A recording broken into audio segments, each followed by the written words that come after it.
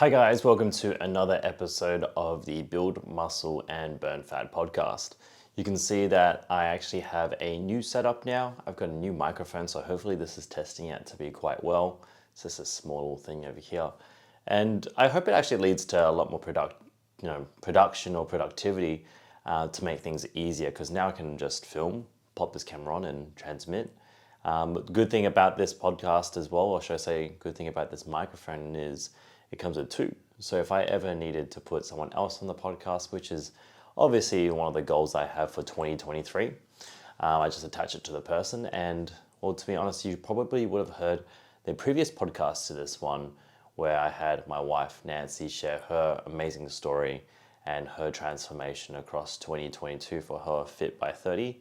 And truly just such a inspiring story. And if you haven't listened to it, I just can't recommend it more.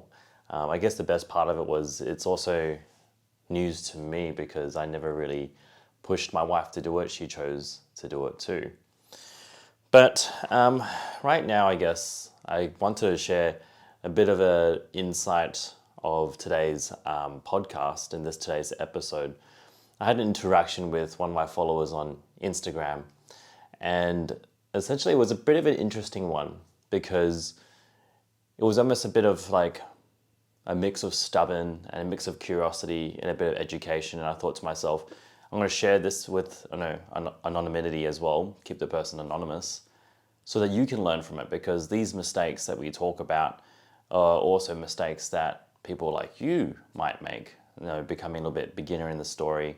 But even for someone like me, this becomes common sense to me, because I've been a trainer for 12 years. I've been exploring bodybuilding for years, and powerlifting and Olympic weightlifting and performance-based. Now I'm more so wanting to specialize in this field of helping the general person out there who can try and work things across their work, their life, their personal life, wherever it might be. So I'm going to basically get straight into it now. So I'm going to call this person Tim. I have nothing against Tim, but a lot of it came across as, I don't want to learn. So hopefully the lesson that you'll learn from this is find out where you can get great information and don't try and reinvent the wheel.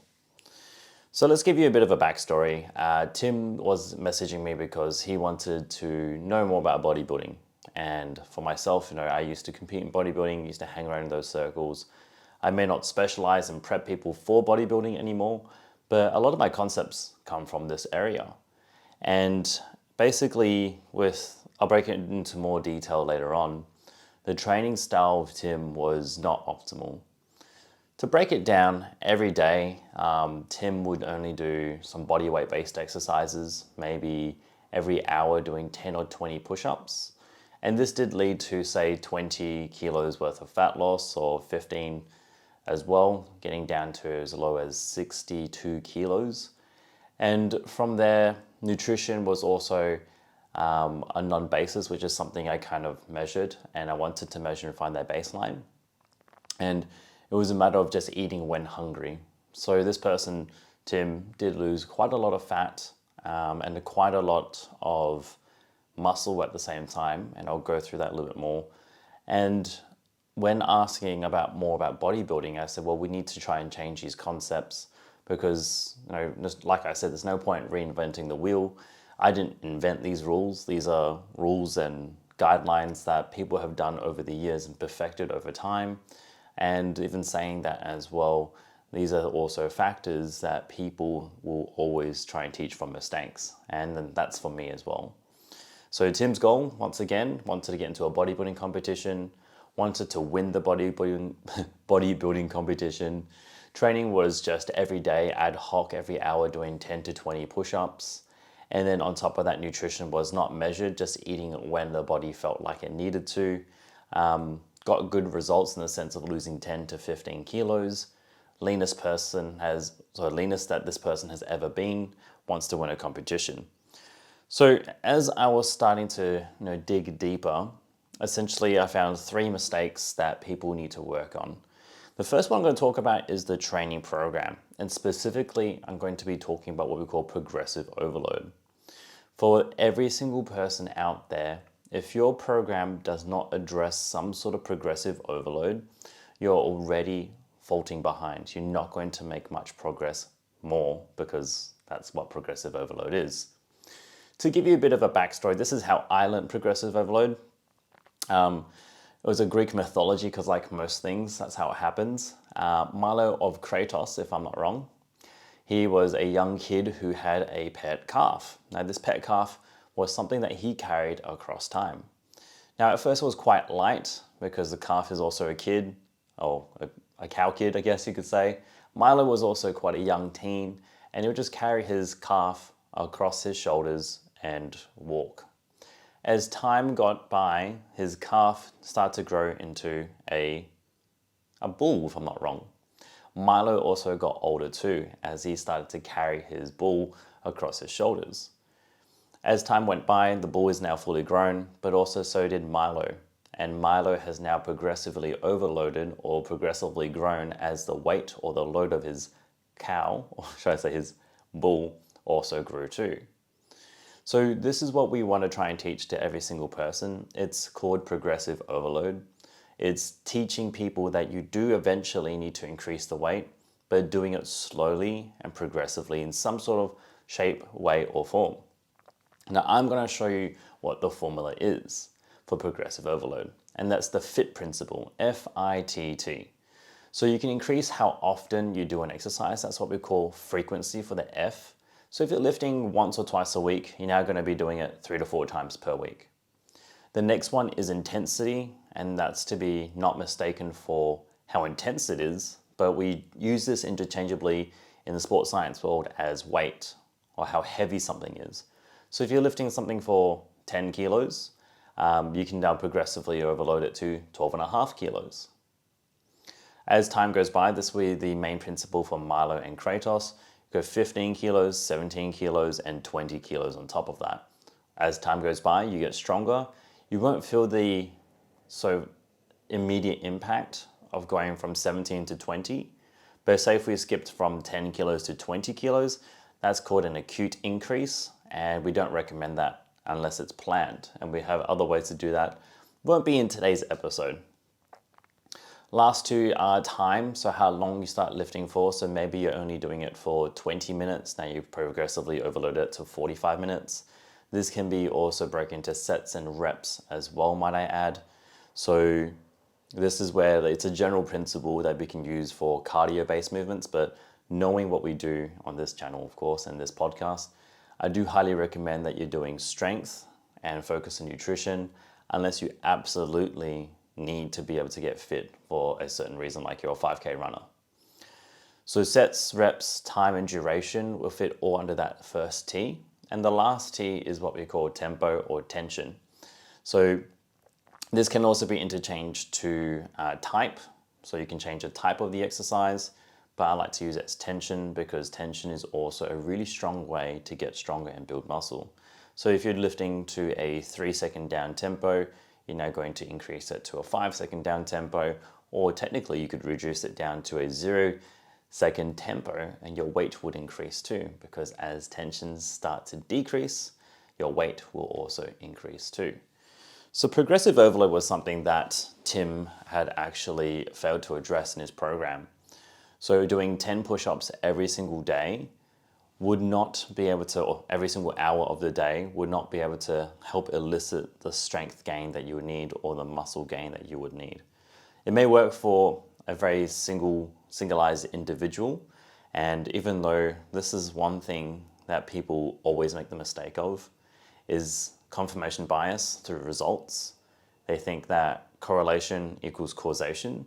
So I did 10 push-ups every single day for every hour, and I lost 10 kilos. Yes, it did work, but it wasn't because of those push-ups. It's because of underlying external factors, and that happens to be the reason why. So if you don't know what causation and correlation means, it's thinking that, there's a joke that actually happens in the statistics world, is that if you had a bunch of scientists and they were looking at frogs, they said jump, the frogs jumped. So then what they did was they cut off the frog's legs. They said jump, then they didn't jump. So they came to the conclusion that when you cut off the legs of frogs, they become deaf because they no longer jump. And that's what we mean by correlation and causation. Because it is so doesn't mean it is so.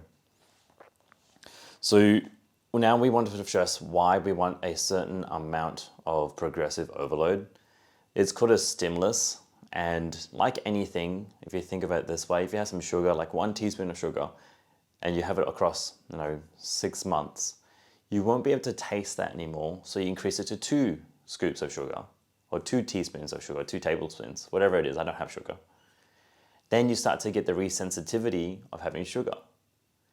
Now, maybe for these guys out there, or ladies as well, you're listening to this, have you ever weaned off caffeine and then stopped having it, and then the first time you had caffeine again or a coffee again, it really hits you really strong?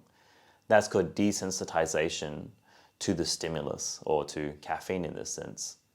So if you were doing 10 push-ups every single hour for a set period of time, your body adjusts to that. And that is now called the new normal. This is why the program that Tim was doing isn't going to be able to be progressed anymore unless we changed it. But Tim, you felt like your program was more superior. So let's start talking about a little bit more things. The next thing was the exercise variety. Because if you want to be able to build muscle, apart from intensity, frequency, tempo, and time, we also need to have more variation, because now we're talking about building muscle which has fibers that run across the body. Now, fibers move from different parts of the body, from diagonals to straight. There's all different types of fiber cross bodies, and I had to learn them all when I was in uni. But to actually get through them, you need to make sure these exercises address the line of pull. So these line of pull muscles are going from up and down, left and right, or wherever it might be. But only doing push-ups would only address one line of pull, and also only one angle of a certain exercise of a muscle. So if you're looking at the push-up, yes, we're working the core muscles. Yes, we're technically working some of the chest muscles and shoulder muscles. And yes, we're technically working the triceps. But we're only addressing it in that one motion that this push-up can do. Because we know that, for example, the triceps has 3 heads. And doing this only with the push variation of the push-up, you are working the medial tricep, but you're neglecting the long head of the triceps by going overhead. So exercise variety becomes such an important factor, and this is all the things that people don't realize when I write programs. I'm addressing different pulls and movements and tensions and tempos, because everything starts to come into phases. So very commonly, I will write my first phase to be what we call the accumulation phase. And the accumulation phase is when you address a lot of tempo, high reps, and exercises that don't get into close to failure. We don't want to be failure at this point in time. We're going to be maybe 1 or 2 reps short of it, 3 or 4 reps short of it, but doing lots of sets and minimizing those reps. Once again, addressing the FIT principle. Then we want to start to address all those pulling movements or exercises that you may not hit towards the end, because as fatigue starts to build up, that's another whole story, might I add. But fatigue is not a bad thing. It's just when the recovery, or when you don't out-recover your fatigue, that starts to accumulate and other things start to happen in your body, because your body needs to find its normal again, which is trying to build that muscle, which requires a lot of rest. So this program was also not addressing any sort of exercise variety, more so just doing push-ups, 10 of them every hour, wherever it might be, neglecting legs, neglecting abs, back muscles, and also just addressing the back muscles themselves. There's so many layers, and we're talking about upper trap, mid trap, lower trap, lats. There's so many back muscles that need to be addressed that push-ups cannot do alone. And you would need to introduce at least 4 to 6 different types of pulling movements throughout your week. Now the last part as well is the nutrition. And after that, I'm going to talk about why this person was able to actually get the results that they did, despite it working. Nutrition was poor because there was any sort of measurement. And I tell to people out there, if you cannot measure it, it cannot be managed. It's guessing game. Yeah, it's kind of like going into the kitchen and just chucking a whole bunch of stuff into the pan and hoping it tastes good. And wow, that's great. What'd you put in it? Not sure. How can you recreate again? Not sure. We still need some sort of baseline. Yes, you may have a really good feeling, but these feelings are always going to be related to how much you can get that baseline and build up from there. And even with the greatest people who have trained for a long time, I'm still trying to find out more information through my training and what I can gather from the information that I've gathered as well. So let's talk about that nutrition part. So Tim here was saying that he would only eat when the body was required. There's a few things to address about this, and there's a lot of information, so if you get lost, that's okay. Didn't plan to go into this depth, but I kind of want people out there to understand what actually goes into nutrition coaching and actually writing these programs. So first off, if you don't know what your basal metabolic rate is, this is the amount of energy that your body requires at rest. You'll wake up, open your eyes, lie in bed all day, that's your basal metabolic rate. It could be 1,000, it could be 1,200, 2,000 calories. It varies from each person, each age, training age, genetics. There's so many factors. So we can take a guesstimate of it with a lot of formulas that we have, equipment that we have, but there's only one way to know it, and that's to test it. Then on top of that, we also have what we call the TDEE, Total Daily Energy Expenditure, or daily expenditure first. This is how much energy that you need to carry out through your day. So if you're walking 500 meters down the path and coming back, then you have your basal metabolic rate plus whatever that is required to walk those 500 meters. But now we'll start to talk about training on top of this, recovery on top of this, talking to your kids and your partner and your people at work that you have to commute. Maybe you have a laborious job. These are all factors to take into consider of this basal metabolic rate, your daily expenditure, and we combine it together, and that makes the total daily energy expenditure. Then we start to accumulate for, or accommodate for, your training goals on top of that. Now your training goals, to be honest with a lot of people, the training itself doesn't actually require that much energy. It's what the stimulus is or the adaptation that you're looking for afterwards. That requires the most amount of energy.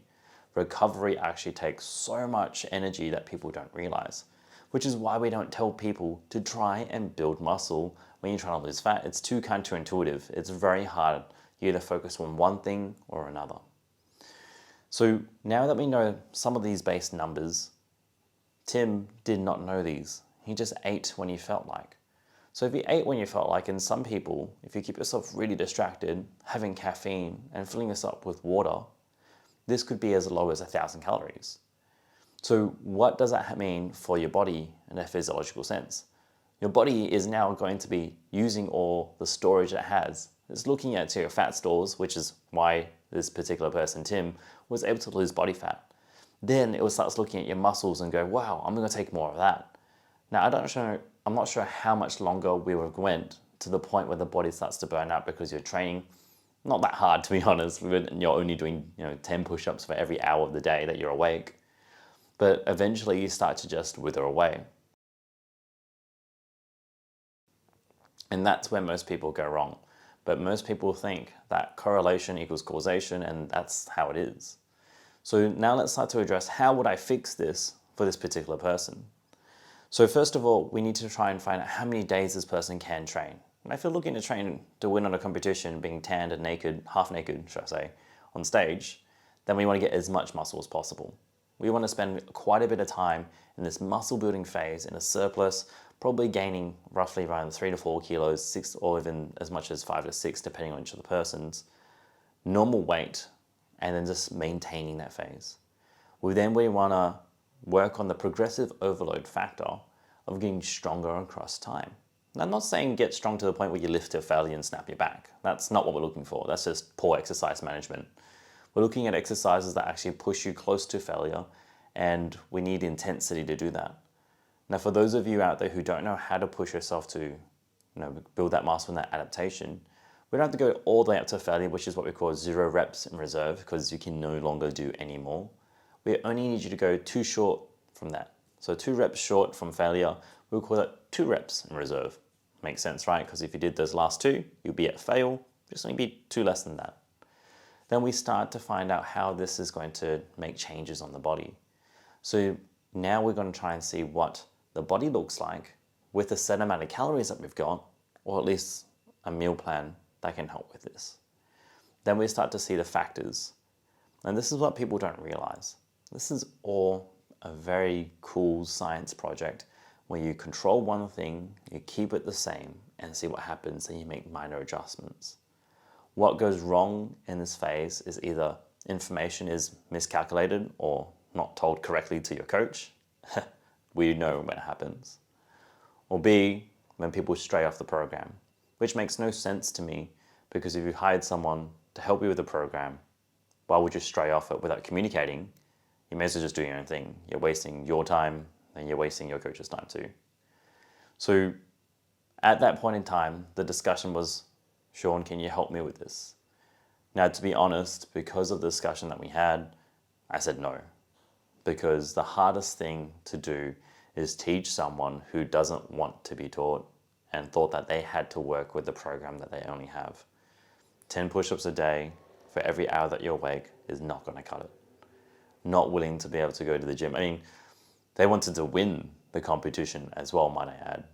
And I always tell people, even I don't work in this field anymore, but I think there is a lot of people out there who would vouch for me in this field, that if you're out there to win a competition, might I add against people who've done this for years, the external validation does not actually mean much compared to the internal validation. I'm talking from experience in multiple places of my life. But I did do a bodybuilding competition. And at first I was like, yeah, I want to win. But there's just crazy amounts of things that can happen in this type of field, but in any sport as well.